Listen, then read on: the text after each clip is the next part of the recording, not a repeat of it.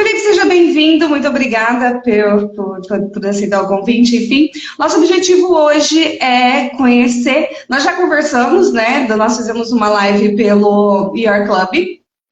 E aí, naquele dia, a gente acabou falando mais, né, da questão do ER Club, falamos da roda de negócios também, mas hoje a gente queria saber um pouquinho mais da sua história, na verdade. Claro que a gente vai chegar no ER Club, e aí a gente quer te conhecer um pouquinho nesse sentido, Felipe. E aí eu vou te deixar à vontade para você começar onde você acha que pode ser interessante para nós aí. Porque eu sei que você tem uma história de superação e assim, umas coisas bem diferentes que aconteceram na tua vida, né? Você era de uma cidade do interior, vai lá. Sim. Não, com certeza. Você falou dessa questão do tempo, né? Dependendo da história da pessoa, precisa de várias lives para poder terminar tudo, né? Bom, contando um pouco da minha história, né? Meu nome é Felipe Fogaça, né? Eu sou do interior de São Paulo, de Bauru. Bom, tive uma infância normal, tenho 2 irmãs, né? Meus pais, uma família bacana, assim. E eu acho que uma coisa que começa a ser interessante para a gente discutir aqui foi a minha jornada, assim, profissional, né? Um pouco da minha trajetória. Comecei a trabalhar relativamente cedo, com 15 anos. Eu lembro até hoje, eu jogando futebol lá com o pessoal da igreja, minha mãe me chamando, Felipe, vem aqui. E aí ela conversou com um rapaz da igreja que tinha acabado de abrir uma oficina mecânica. Ela falou, o Felipe queria começar a trabalhar com você e tal. Foi sua mãe que arrumou seu primeiro emprego. E aí ele falou, tô começando agora, sou só eu, não tenho muito dinheiro. Não, dá o que você tiver. Aí ele me pagava R$10 por dia e disso eu ainda tinha que pagar o transporte, então sobrava bem pouco. Mas assim, foi bom esse período, né? E dali eu trabalhei assim sempre e eu já fiz muitas coisas. Já trabalhei de ajudante em cartório, já trabalhei de N coisas, né?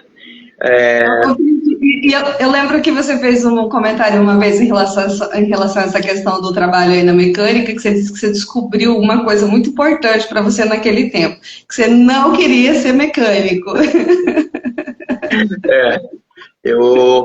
Era engraçado que o rapaz lá, ele se chama Valdinei, né? O Valdinei, ele falava, nossa, Felipe, você... mecânica não é o seu negócio, né? Mas é bom que você fica conversando aqui com os clientes enquanto a gente está trabalhando, conversando, eles nem percebem o tempo, né? E eu conversava, chegava um cliente, conversava. Vixe, teve até cliente que uma vez começou a desabafar, começou a chorar, enfim.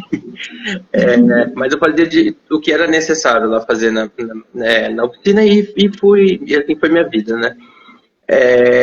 E estudando e tal, e eu acho que ter começado a trabalhar cedo foi bom porque eu comecei a ver assim, alguns caminhos, né, que eu poderia seguir na minha vida, dependendo do nível de educação, formação acadêmica que eu tivesse.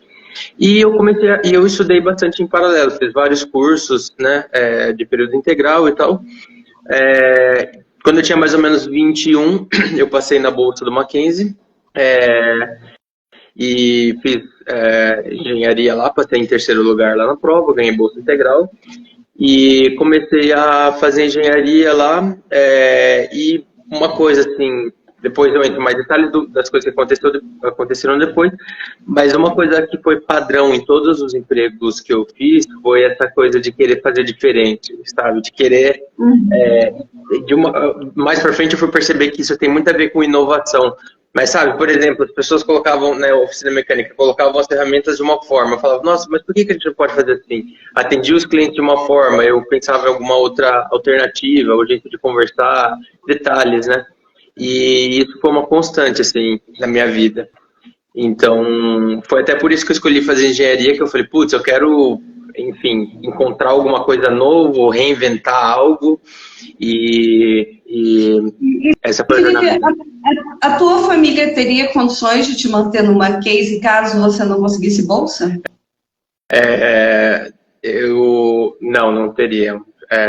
o meu pai, ele era mecânico, né, ferroviário, e a minha mãe era doméstica, né, doméstica e secretária de uma loja da minha tia. E, enfim, a minha matrícula na universidade, a mensalidade era, tipo, quase 5 vezes o salário do meu pai, né? Então, quando eu estudei lá no Mackenzie, eu me dediquei bastante para não perder essa bolsa, né? Eles tinham certos requisitos de nota que tinha que manter, etc e tal, e eu me dediquei bastante. Eu fui daquele cara que estava na primeira fileira, fazia todas as coisas, papapá. O carinha no filme americano que é o ferrado, né? Mas assim, eu não percebia, sabe? Hoje, olhando em perspectiva, eu percebo, nossa, olha tantas coisas, olha na minha infância, como foi, assim, eu nunca passei dificuldade, assim, coisa de comer e tal, mas assim, minha casa era simples, minhas roupas eram simples e tal, mas quando você é criança, você não percebe, eu me preocupava em querer jogar com os meus vizinhos, jogar futebol e etc. Eu não percebia esse tipo de coisa. Legal. Bom, daí você está lá no Mackenzie, inclusive você fez uma live com um professor, né, um ex-professor seu do Mackenzie, foi maravilhosa, assim, fiz uns comentários, nossa, como é bom ver pessoas inteligentes conversando, né? Sim. E como é que foi essa saída? Formou? Não, no período antes de formar teve a questão de sair, né? Eu em 2013 tinha um programa do governo chamado Ciências Sem Fronteiras, que eles davam bolsas para alguns estudantes estudar fora, e você tinha que ter fluência na língua do país que você se candidatasse. Então, o país que eu tinha influência era Portugal, prestei para Portugal. E, tipo, Brasil, né, não tem muitas pessoas que falam outras línguas, então 70% das pessoas prestaram para Portugal e aí eles criaram um novo edital para as pessoas se candidatarem para outros países. E aí eu fui para a Alemanha. Como eu tinha toda essa exigência, né, para manter a bolsa na universidade, uma exigência de boas notas, de performance, de artigo científico, monitoria, eu tinha feito muitas coisas. Isso, no final, essa dor, né, me ajudou depois a conseguir essa bolsa de intercâmbio na Alemanha. E aí foi quando eu fui para lá, para a Alemanha, foi a minha primeira viagem internacional e tal, e foi uma experiência, assim, transformadora, e conheci pessoas, comecei a me relacionar com pessoas de outros países, conheci outras culturas, e isso foi muito interessante, assim, para minha perspectiva de mundo mesmo. E quanto tempo que durava esse programa? Era 6 meses, 1 ano, 2 anos? O Ciência Sem Fronteiras durava 1 ano normalmente, mas para essas pessoas que foram nesse edital que tinha que aprender a língua do país, eles deram 4 meses de curso intensivo antes. Então a gente teve 4 meses de curso intensivo de alemão, e dali eu fui para a universidade. Legal. A Camila está comentando aqui que ela sempre fala que o problema é a solução. Essa é uma fala do Érico Rocha também. Ele que é exatamente isso, né? Todo aquele esforço que foi feito na universidade que parece que era desconfortável e tal, acabou abrindo porta para você nessa questão do intercâmbio, né? É verdade. A vida é assim, né? É engraçado que às vezes ninguém quer sofrer, né? Ninguém quer passar por problema. Mas se você consegue ter um mindset, assim, uma mentalidade de tipo, olha, eu acredito que eu vou superar isso, eu acredito que tem algo melhor por vir, isso ajuda muito, né? E muitas vezes os problemas são os pontos de virada de chave na nossa vida, assim. Mudando um pouquinho de assunto, Luciana, com relação a essa questão, né, de problema, de ver o lado bom da vida, essa semana eu estava conversando com os avós da Ana Catherine, minha esposa, né, e eles têm 93 anos e com a saúde bem debilitada e tal.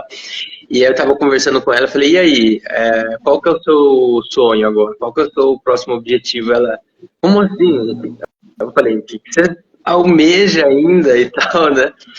E ela falou assim, não tinha pensado nisso, mas se for para falar um sonho que eu tenho é ver esse Natal.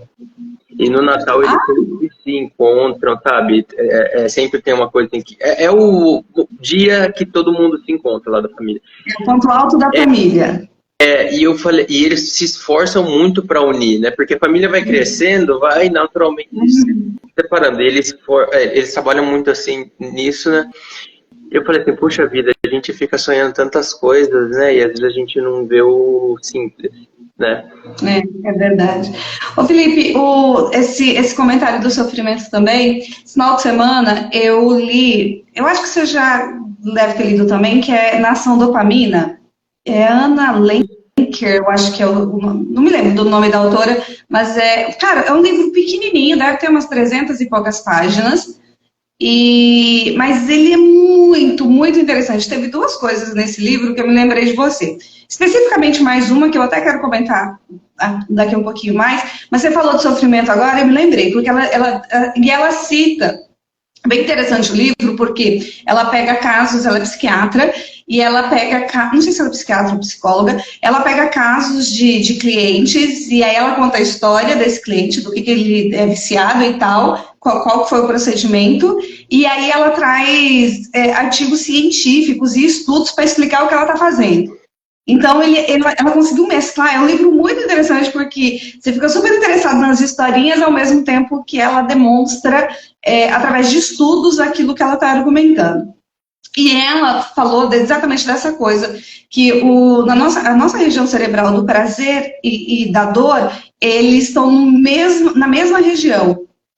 E que a gente, né, saiu do mundo de escassez, se a gente for pensar em evolução, e esse é o primeiro momento que a gente está na abundância.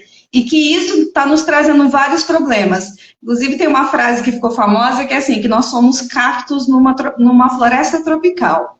E isso não é bom para nós. E como que equilibrar essa questão dor e sofrimento e esforço e tudo isso que você está trazendo na sua história, ele equilibra essa fonte de prazer. Porque se você só buscar prazer, vai chegar um ponto que você não sente nada.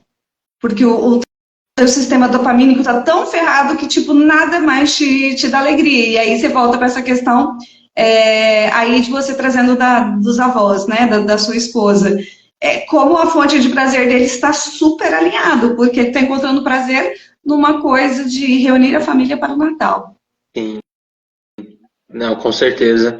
Essa questão da dopamina é muito interessante, porque a gente realmente tem diversas formas hoje em dia de ativar isso, né? Então, redes sociais, a gente tem acesso, em média, né?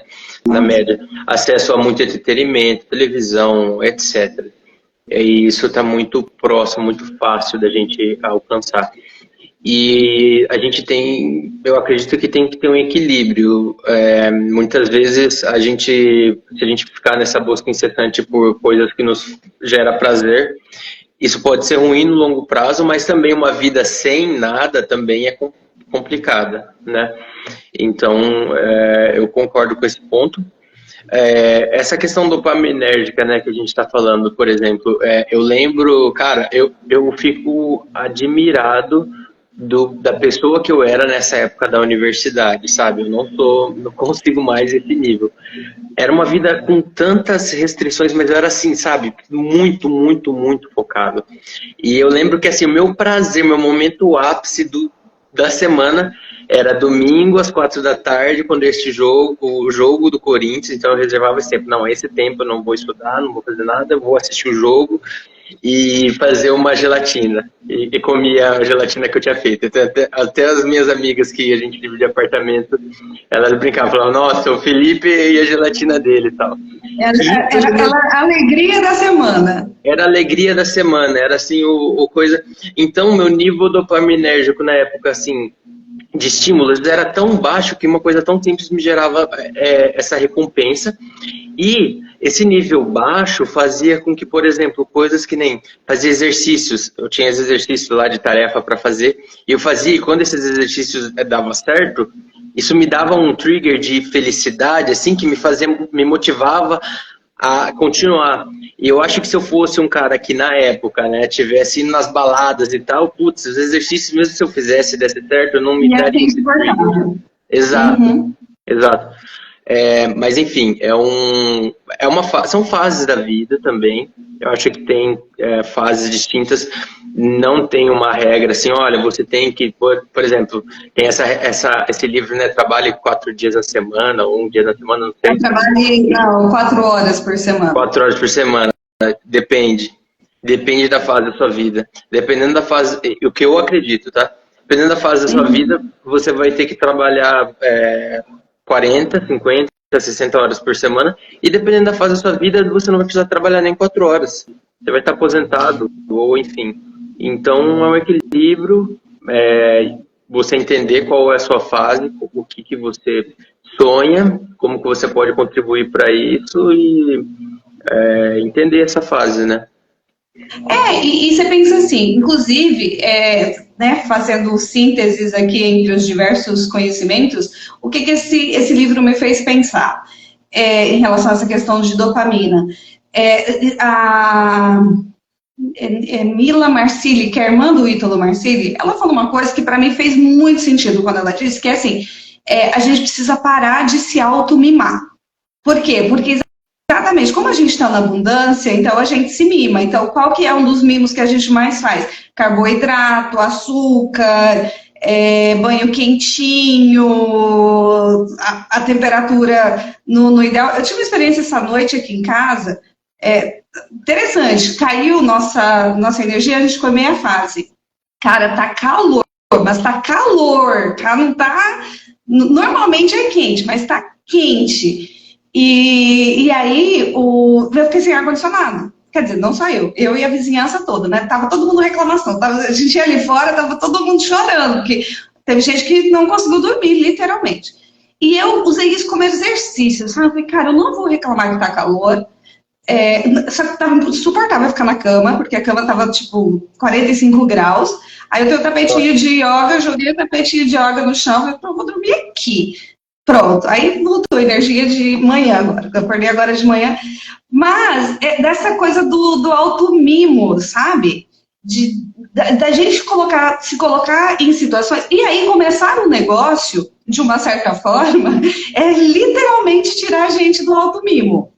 Porque empreender, olha, eu queria que você falasse um pouco dessa sua experiência. Pronto, só para a gente poder continuar dentro de uma lógica. Você estava na universidade, você vai para a Alemanha, fica esse período, né, na Alemanha fazendo o teu intercâmbio, você retorna para o Brasil? Sim, retornei para o Brasil no período da Copa, quando teve 7-1, eu estava morando lá na Alemanha, inclusive. Que raiva! Eu lembro que, vixe, no dia seguinte eu jogava na universidade lá, né, futebol. Eu e um amigo meu, brasileiro também, o Bruno. Um irmão meu, praticamente. E a gente falou, nossa, amanhã tem treino e tal. A gente perdeu, aí meu amigo falou, não, eu não vou de jeito nenhum. Aí eu falei pra ele, cara, eu vou e vou fazer 7 gols ainda. E aí eu fui, eu juro, eu fiz 6 gols. E os caras, mas antes, né, do jogo, eles ficavam tirando tanto sarro. Felipe, eu achei que era FIFA, eu achei que tava jogando FIFA. Foi 1, 2, 3, 4. Mas foi legal. Em resumo, depois do meu período lá na Alemanha, né, durante o meu período na Alemanha, no meu último semestre eu conheci minha esposa, a gente continuou o relacionamento, mas eu tinha que voltar para o Brasil, isso fazia parte do contrato que eu tinha com o Ciências Sem Fronteiras, de voltar para o Brasil e trabalhar mais alguns anos no Brasil. E aí eu voltei para o Brasil, tinha que terminar minha faculdade também, né, e logo eu já comecei a procurar trabalho, né, porque já estava na janela que dava para fazer estágio. O Brasil estava passando aquela crise da Dilma, né, do impeachment e papapá, e tinha muito pouco emprego na indústria, né, eu fiz engenharia de produção, o caminho natural era a indústria, e eu falei, puxa, eu não vou ficar esperando caiu uma vaga do céu da indústria. Eu tinha amigos que já estavam procurando há um ano uma vaga. E eu comecei a procurar no mercado financeiro. Aí eu entrei em uma corporação lá chamada Oxiteno. Trabalhei em contas a pagar por 2 meses. E depois eu passei no trainee da Bolsa. Foi, assim, muito legal. Foi um trainee, eu acho que tinha mais de 5 mil inscritos. O Brasil sempre tem bastante gente, né, prestando e tal. E eram 5... E para ser trainee na bolsa, dependente de qual o nível superior que tem, porque assim, se a gente fica pensando em engenheiro de produção, não é exatamente dentro da... Eu fiquei pensando mais economista, será? Eu estou viajando aqui. Eles são flexíveis, mas eles gostam de engenheiro porque tem muitos análises de dados, né? Análise de Analítica dados, né? e tal. Mas assim, no trainee tinha de tudo, assim, muita gente boa mesmo, sabe? Prestando, muita gente boa. Chegou na última fase, tinha 25 candidatos, que eu falei, nossa, muita gente boa, mas enfim, no final eu passei e comecei a fazer o trainee lá e aprendi muito, tive muitos amigos lá. No final do meu período na Bolsa, eu era responsável pelo produto, pelos produtos de juros, que é uma área importante. Tinha um produto mais líquido da Bolsa, o futuro de DI. Enfim, foi uma carreira assim de sucesso. E depois eu vim para a Alemanha, né? Vim para a Alemanha, trabalhei aqui em algumas empresas também, fiz o mestrado aqui, né? E comecei a ir cada vez mais para esse lado de tecnologia. Trabalhei em empresas de blockchain e tal.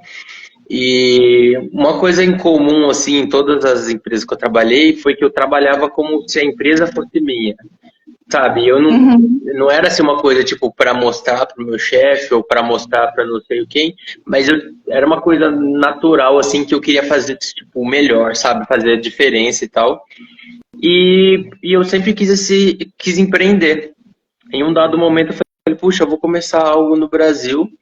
Aí eu comecei, eu já estava aqui, eu queria fazer algo no Brasil também, porque eu via, né, que aqui na Alemanha tem tantas oportunidades para poucas pessoas, né, quase que assim, oferta e demanda se iguala, né, de vagas e de pessoas disponíveis, e no Brasil tem tanta gente talentosa procurando uma oportunidade, e, enfim, isso foi o que me motivou a abrir no Brasil. Foi um pouquinho assim de revolta também, que eu falava, putz, por que o Google é americano? Por que a SAP é alemã, o Alibaba é chinês? Qual que é a empresa de tecnologia top no Brasil, né? Foi um pouquinho assim disso também, que eu falei, putz, a gente pode, sabe? E aí eu fui contratando algumas pessoas, assim, muito jovens, sabe? Talentosas, eu entrevistei muita gente. Nossa, fiz assim... O que mais me gastou energia no começo foi montar o time. Eu sigo um caminho diferente, né, Luciano? Todo mundo fala, foca em vendas, ganhar dinheiro, depois estabelece o time, a cultura. Eu fiz o contrário. Eu comecei montando a cultura, o time e o produto, e agora eu estou começando a olhar cada vez mais para a parte de vendas e marketing. Pode ser que dê errado, mas eu tô acostumado a fazer, tipo, diferente do jeito que eu acho que... Enfim, então vamos ver. Mas foi isso, e a gente começou com a Yourverse NFT, que é uma marketplace de NFT. Eu acredito que é um dos maiores no Brasil, se não o maior. E, Luciana, se eu estiver falando muito, você me interrompe, tá? Por favor. Não, por favor, continue. Tá super interessante aqui. Sim. E aí, um dado momento, a gente, como esse negócio de NFT está muito ligado às comunidades que estão por trás das coleções, a gente começou a estudar um pouco sobre comunidades digitais. E não era algo que eu tinha domínio, mas eu comecei a estudar, me aprofundar, entender como funcionam as dinâmicas e comecei a enxergar algo,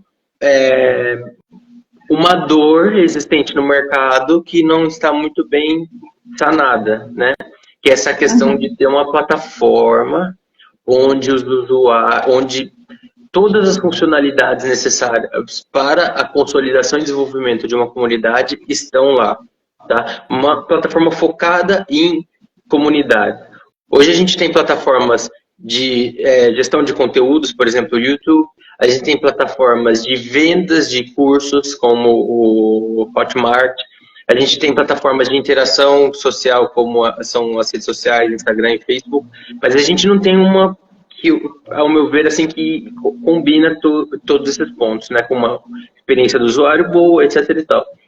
E foi o espaço que a gente começou a operar e olhar. E é engraçado que a gente se conheceu, né, Luciana, há uns meses atrás. E essa ideia de comunidade estava começando na minha cabeça, e você também, em paralelo, estava começando a unir algo que era semelhante a uma comunidade digital, né, um clube digital. E aí a gente começou a fazer esse brainstorming, também estou discutindo com outras pessoas e tal, e acabou surgindo aí a Your Club e a roda de negócios também, né? A gente teve um nascimento meio paralelo. Não, na verdade, não no nascimento. Eu acho que a gente teve uma situação, a gente estava indo em paralelo e em algum momento a gente se encontrou. Acho que é esse o ponto. Uhum. Mas tem uma coisa interessante aqui, Felipe, que é essa coisa da comunidade, né? De você ter percebido isso. Porque estar em comunidade sempre foi uma necessidade humana. Aliás, né, se você ler livros aí de Sapiens, né, de antropologia, sempre eu vi uma fala que eu achei genial, assim. Perguntaram para uma mulher, para uma estudiosa, qual que era o primeiro ponto que se identificava que começou a civilização. E aí ela fala, a gente tem como saber isso quando a gente percebe que um osso, que tem um cadáver, né? Alguém que foi encontrado que tem um osso cicatrizado. Então, porque um animal que quebra um fêmur, por exemplo, ele vai morrer. Porque o fêmur ele é um osso que demora muito tempo para recuperar. Não dá tempo, ele vai morrer de inanição, porque não vai ter outra pessoa, não vai ter outro animal que vai trazer comida para ele. E aí o ponto da civilização começou nesse momento. Se existe uma pessoa com fêmur cicatrizado, quer dizer que outra pessoa alimentou e protegeu esse ser enquanto ele estava machucado. E a gente pode usar isso como ponto de referência de começo de civilização. Então, estar em comunidade sempre foi uma necessidade humana. Eu acho que a grande sacada que você tem, e aí a gente vive num momento muito interessante em termos de história, que é a questão da internet. Porque a gente sempre fez comunidade em volta. Você jogava futebol com os seus amigos da igreja, a tua comunidade estava ali, né? E agora a gente tem a possibilidade de fazer uma comunidade com pessoas em lugares diferentes. Quem nos deu essa possibilidade é a internet.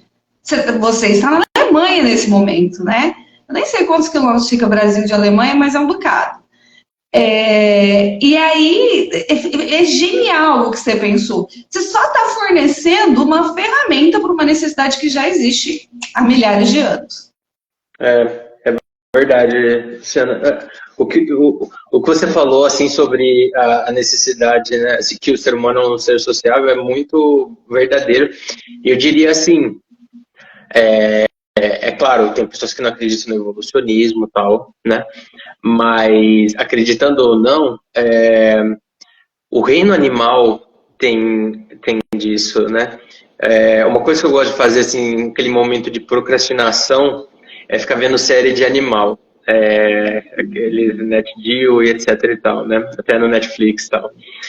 E esses dias eu estava vendo um grupo de leões, né? Leoas normalmente, né? Que saem para caçar. E tinha uma leoa que era velhinha e ela tinha parte dos dentes quebrados e tal. E eles abriam um espaço para ela comer. Eles não só caçavam e ela não precisava caçar mais, mas também eles abriam espaço em partes que eram mais macias, assim, cara, é muito incrível, assim, você pensar nisso, né? Então ela comia mais parte do intestino e tal, porque ela não tinha os dentes, todos os dentes. Então, leão caça em grupos. Uhum. Zebras andam em manada para poder se desviar, ovelhas em cardume. Então, assim, é uma questão de sobrevivência estar em grupo, Uhum. tá? O que o ser humano tem, né, que é um passo a mais, é essa questão de inovar da forma com que essas interações se dão. Por quê? Porque, primeiro, né, o que é inovar, né? O que é inovação? Diferença de inovação e invenção, né?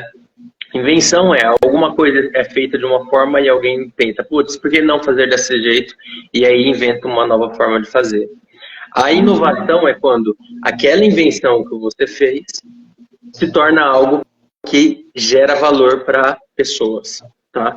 Tem até uma fala que o pessoal brinca que inovação é invenção que gera nota fiscal. Então, para ficar claro, tipo, o que é a diferença de inovação e invenção, né? E aí, o ser humano tem essa capacidade. Então, se você olha, né, ao longo de toda a nossa trajetória, a gente sempre, desde antes mesmo de sermos humanos, né, nós já vivíamos em grupos, em bandos, e isso era necessário para a nossa sobrevivência. O que nos faz diferente? O que nos ajuda a eu não ter que hoje de manhã acordar pensando, putz, como que eu vou caçar uma zebra, mas na verdade eu posso dar 7 passos e ir até a minha geladeira. São as inovações que o homem teve ao longo da história.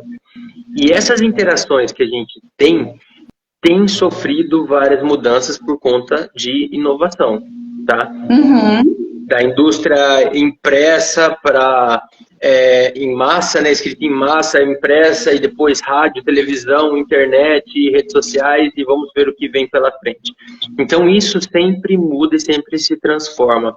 E é uma característica muito forte no ser humano. O que a gente está fazendo com a Air Club é contribuindo de alguma forma bem granular, mas assim, contribuindo para o avanço dessas transformações e dessas inovações, né? Então a gente acredita que é possível elevar as interações humanas para um novo nível. Mesmo que essa mudança seja granular, mas a gente acredita que é possível implementar essa mudança, e aí dali a gente deriva as funcionalidades que a gente está olhando, né? O que vai ter lá dentro, como que vai ser, vai ter um chat, vai ter um feed, vai ter um lugar onde os conteúdos vão ser armazenados. Então, assim, esses outros pontos são derivadas dessa ideia inicial que a gente tem.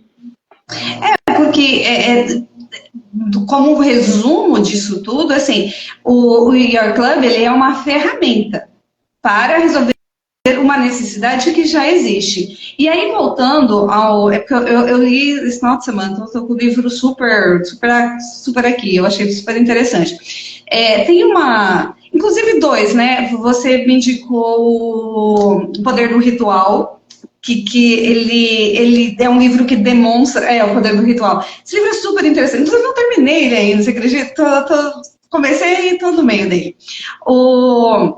Que fala dessa nossa necessidade, então demonstra a nossa necessidade, e o poder do ritual, ele exemplifica como a gente vai criando essa ideia que em muitos momentos esteve voltado para a questão espiritual, igreja, e hoje a gente está, né, formando isso em outras comunidades.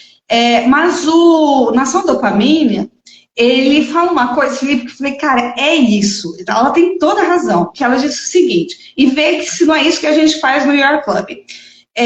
Todo grupo, ele se fortalece no grupo. Ela cita muito a AA, que são os alcoólicos anônimos, porque como ela trabalha com vícios e adicções, muitos dos pacientes dela vão para esses grupos. E lá acontece o que ela chamou de bens do clube. O que é bens do clube?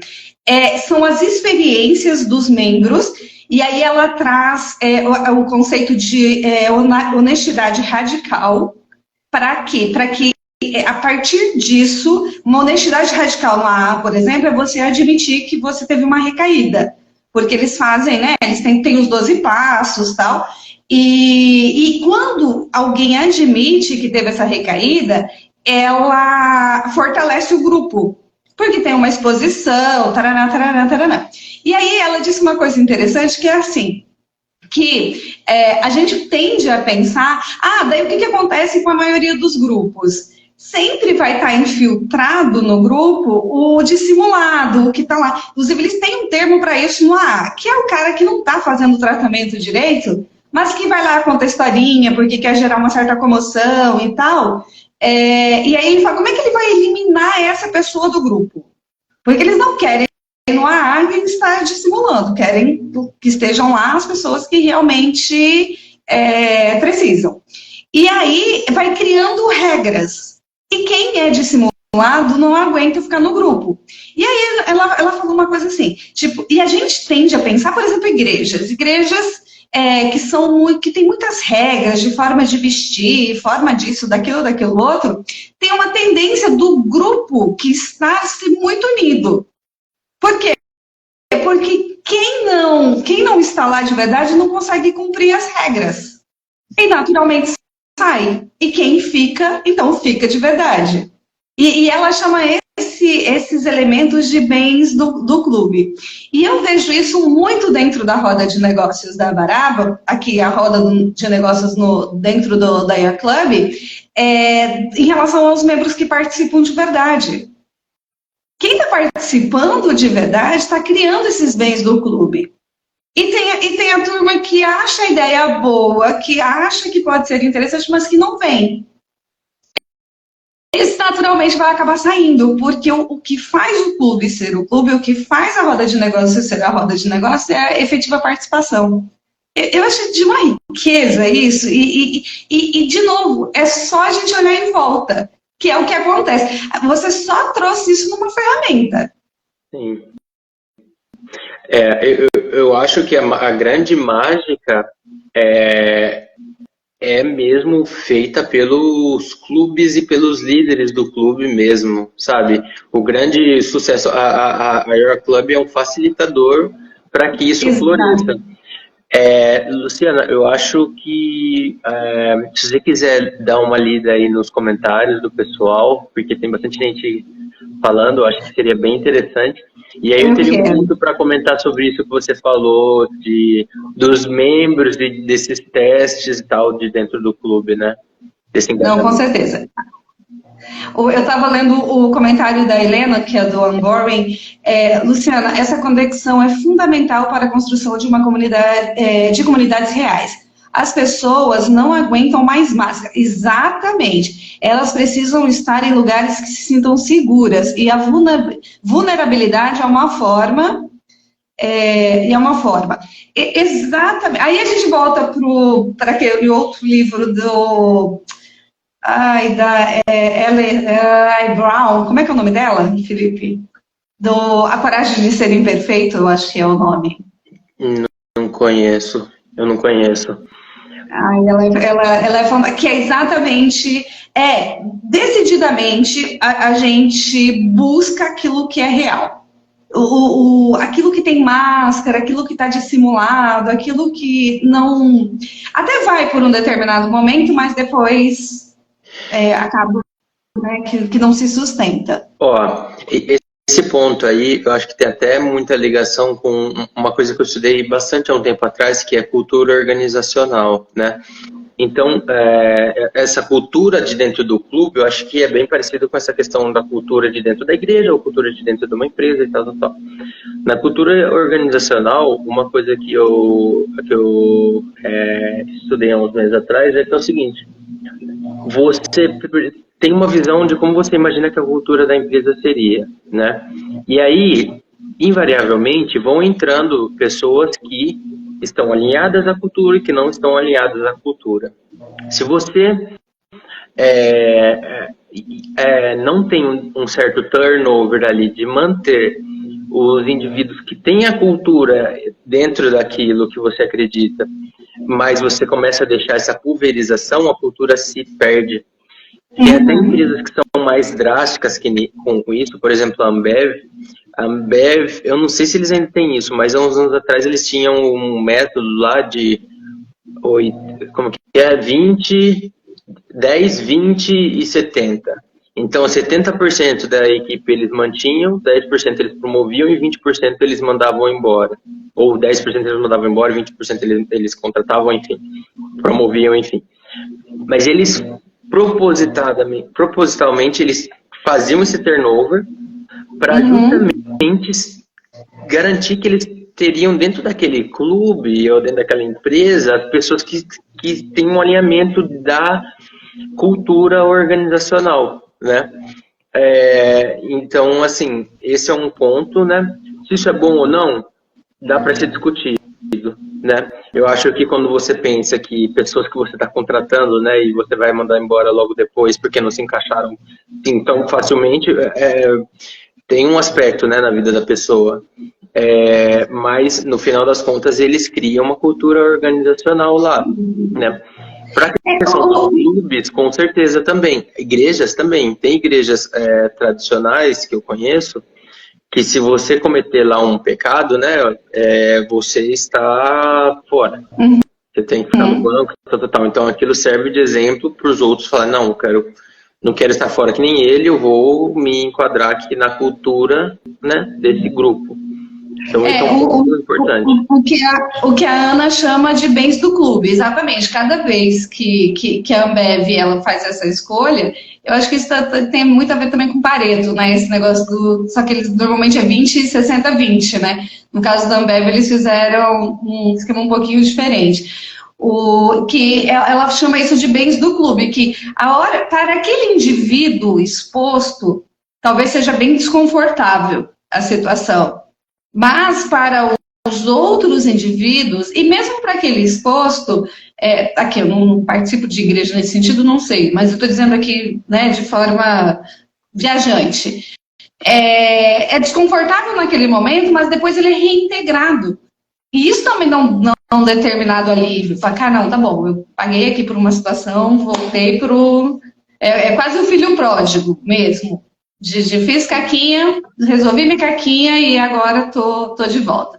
A Helena, ela continua no comentário dela, que é interessante, para participar de verdade é essencial sentir um pertencimento real. Eu concordo. Senão a gente não fica.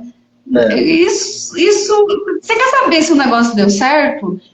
Espera passar um tempo e ver o que acontece com aquela ideia. É verdade. É verdade. Não tem outra forma de avaliação. A Helena falou, do livro A Coragem de Ser Imperfeito, é a Brené Brown. É perfeito, ela tem um documentário no Netflix, ela dá uma aula lá, é fantástico. Nossa, merece, Felipe, ser conhecida aí. Sim. Helena e a Mari mandaram, o pessoal tá ligado aqui participando, isso é bacana. Se tiverem perguntas... Tudo membro da roda de negócios. Sim. Sim, isso é interessante. Mudando um pouco de assunto... Não, você teria alguma outra pergunta, Luciana? Não, pode mudar de assunto. Inclusive, o Felipe me mandou uma mensagem de manhã e falou assim, você tem algum ponto que você queira conversar específico? Eu falei, não, vamos só bater papo e a gente vê aonde que a nossa conversa nos leva. Então, sim, pode mudar de assunto. Sim. Não, bacana. Uma coisa que eu estava refletindo bastante esses dias, né, é porque a gente está muito, assim, medindo muito o sucesso com um indicador só, né, que é essa questão de o quanto dinheiro você fez, né, e tal, né. Eu fiz 30 milhões, então eu sei como a vida funciona, tá? Me siga e faça. E eu acho que isso é uma forma muito limitada de ver a vida, sabe?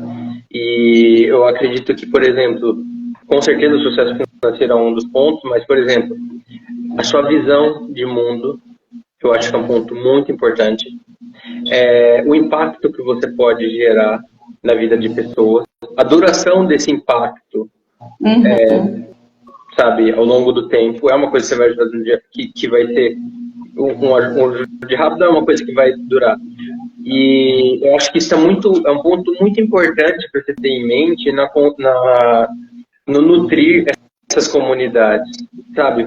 Eu acho que a promessa, quando a promessa não é tipo, entre nessa comunidade, você vai fazer 6 em 7, ou enfim, você vai ficar bilionário dia para noite, mas, na verdade, você coloca esses outros fatores que são muito importantes para o sucesso de um ser humano, eu acho que isso torna um grupo muito mais forte, resiliente, sabe, no longo prazo. E por que eu falo isso? Porque eu vejo muito, eu acho que hoje em dia na internet, assim, essa visão está muito poluída de achar que você fez dinheiro e é isso, você sabe como tem que ser a vida.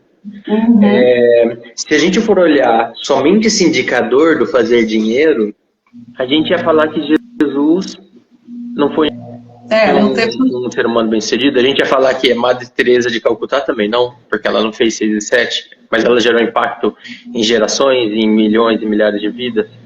A gente ia falar que, enfim, Mahatma Gandhi, etc e tal.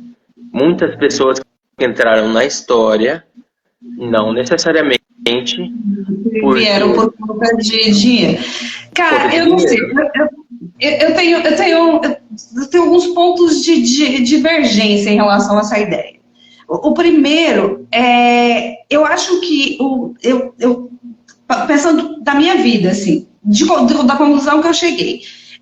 Eu realmente penso que dinheiro não é tudo. Eu concordo com você, número, gênero e grau. Mas não ter nada é um super problema também. E você não consegue fazer esse caminhar para essa subida nessa pirâmide aí se você não tiver suas necessidades básicas atendidas. Isso também é um fato. Então, a gente vai ter que dar jeito de atender as nossas necessidades básicas. Você pode manter a tua necessidade aqui do equilíbrio baixo, bacana e tal. Quando você cita Madre Teresa, Gandhi, e essas pessoas que realmente impactaram o mundo, e eu concordo com isso contigo, mas tem um detalhe interessante também. Essas pessoas, elas foram financiadas por alguém. Foi a força de Madre Teresa, eu não conheço a biografia dela assim tão completa, foi a força dela que trouxe energia para aquela atividade, é fato. Mas alguém financiou aquela parada. Então, Jesus não vai entrar nesse, mas quem sou eu? Vamos falar de gente pequena. Assim, porque eu estou com 42 anos, Felipe. E eu passo por essa mudança na minha existência, porque eu fui criada para ser funcionária pública.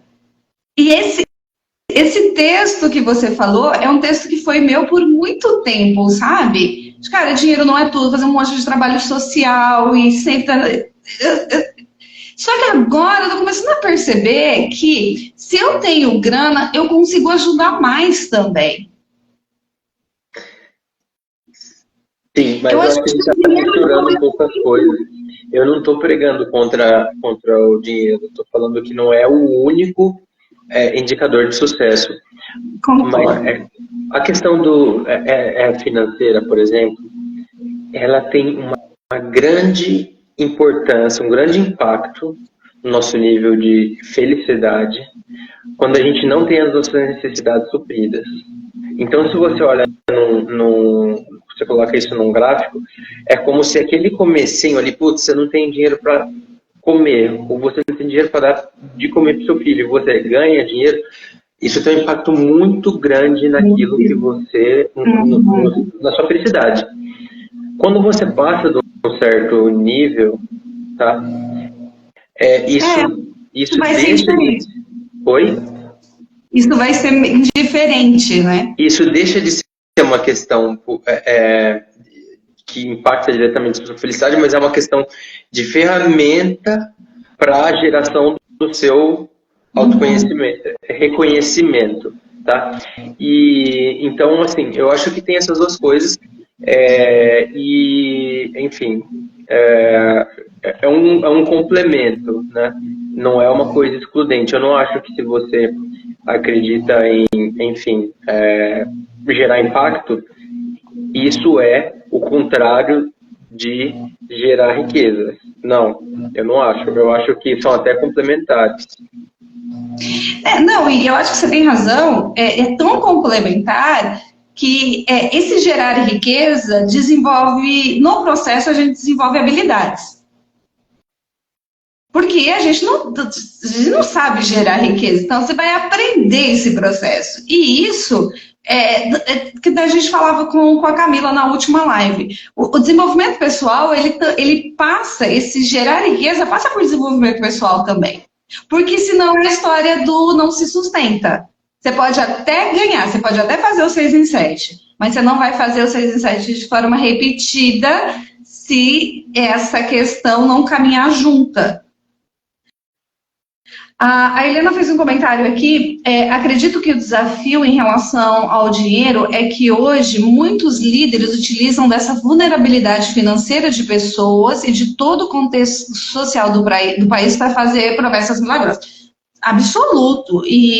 Mas, gente, é a história dos golpes também, né? Eu trabalho com direito, dá uma tristeza do mundo quando a pessoa cai no golpe do Pix, do golpe não sei o quê, mas aí sempre tem do outro lado alguém que quis. É aquela história, né? De manhã sai o golpista e a vítima de casa. Porque a gente cai no golpe, eu entro na conversa desse líder com essa promessa milagrosa, porque, de uma certa forma, é o que eu estou buscando também. E é triste. Sim, sim. Felipe, a nossa conversa era para contar a sua história, e a gente está contando muito pouco a sua história. Perdão. Nossa, a gente contou bastante. E o que eu acredito faz parte da minha história também. Então, esses pontos que a gente conversou são válidos. Sim. Luciana, sim, você teria algum outro ponto? Eu já estou querendo encerrar, mas é porque a Helena trouxe algumas coisas interessantes e eu vou ler o segundo comentário dela. Uhum. Ela diz também, né? Ela continua. E a motivação central de muitos empreendedores se limita apenas ao dinheiro, mas tem muito mais do que isso. O dinheiro é consequência quando o líder aprende a servir de verdade. Exatamente. Ela acabou corroborando com a minha ideia desse negócio de desenvolver habilidades. E eu acho que é isso que você também faz, que a sua história nos conta, Felipe, é exatamente isso. Quando você decide, porque você estava trabalhando aí na Alemanha, né? Casadinho, com uma alemã, tudo dentro de um contexto que supostamente era para você ficar aí quietinho na Europa, feliz. E aí você falou, não, vou desenvolver um produto no Brasil, porque, conforme você contou, você começou a perceber que a gente não tem essa grande empresa no Brasil de tecnologia. Então, olha a sarna que você achou para se coçar. Sim, sim. Mas está sendo divertido. Claro que você está desenvolvendo habilidades. Com certeza. E assim, eu até nesse ponto de vista também, sabe? Se eu estivesse pensando estritamente assim, no dinheiro, eu acredito que eu conseguiria alavancar isso muito mais se eu focasse aqui na minha vida aqui e tal. Já recebi algumas propostas, tenho recebido, né, ultimamente, mas que me desviam desse foco que eu tenho, propostas atraentes e tudo, mas, enfim, eu acredito firmemente e estou otimista nesse sentido.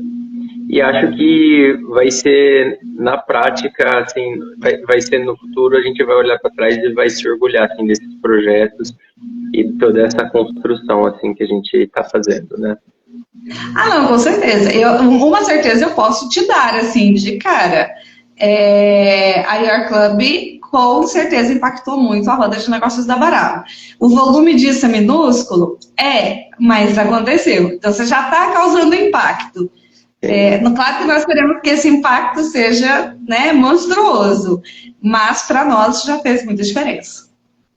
Obrigado, Luciana, eu fico feliz, vocês também, assim, você e muitas pessoas da roda, assim, são pessoas, assim, eu fico feliz em fazer parte desse grupo, são pessoas que são muito abertas a colaborarem. Enfim, é um grupo muito legal, até recomendo para outras pessoas mesmo. E, enfim, eu acho que daqui a um ano, se a gente fizer essa conversa de novo, os projetos já vão estar em outro nível. Ah, é o que esperamos. Vamos deixar marcado aqui já. Felipe, muitíssimo obrigada. Foi muito legal a nossa conversa. Aliás, é sempre muito estimulante para mim conversar contigo. A Helena fala uma coisa que o Felipe vive na prática esse conceito de líder servidor. Eu concordo com a Helena.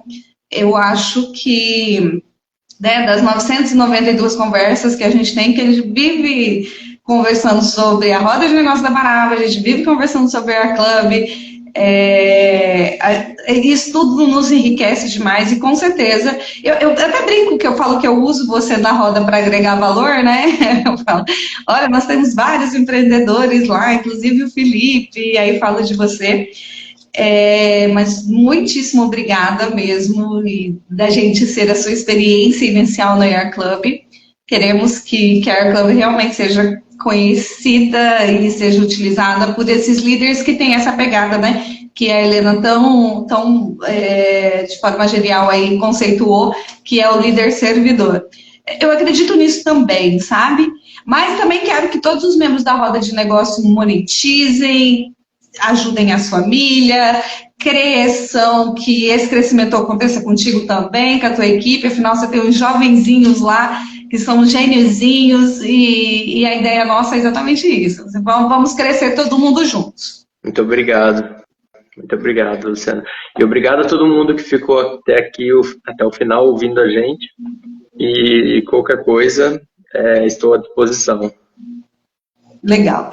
Gente, muito obrigada, então. Até a próxima segunda-feira. Não me lembro agora quem vai ser o nosso próximo convidado, porque eu sou dessas e devia saber. Hoje temos apresentação na Roda de Negócios da Baraba. A apresentação vai ser feita por mim e eu vou trazer um conteúdo que é necessário para todo mundo, que é bendito os contratos de prestação de serviço. A gente percebe que muita gente entra nos Google da vida aí e baixa modelos de contrato, não tenho nada contra isso, tá tudo certo para mim, mas hoje eu vou trabalhar um pouquinho na roda a questão dos requisitos, né, que realmente fazem no contrato um contrato.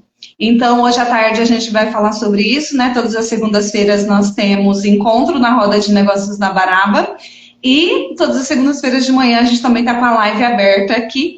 Muitíssimo obrigada a todos e nos vemos. Obrigado. Boa semana. Para você também.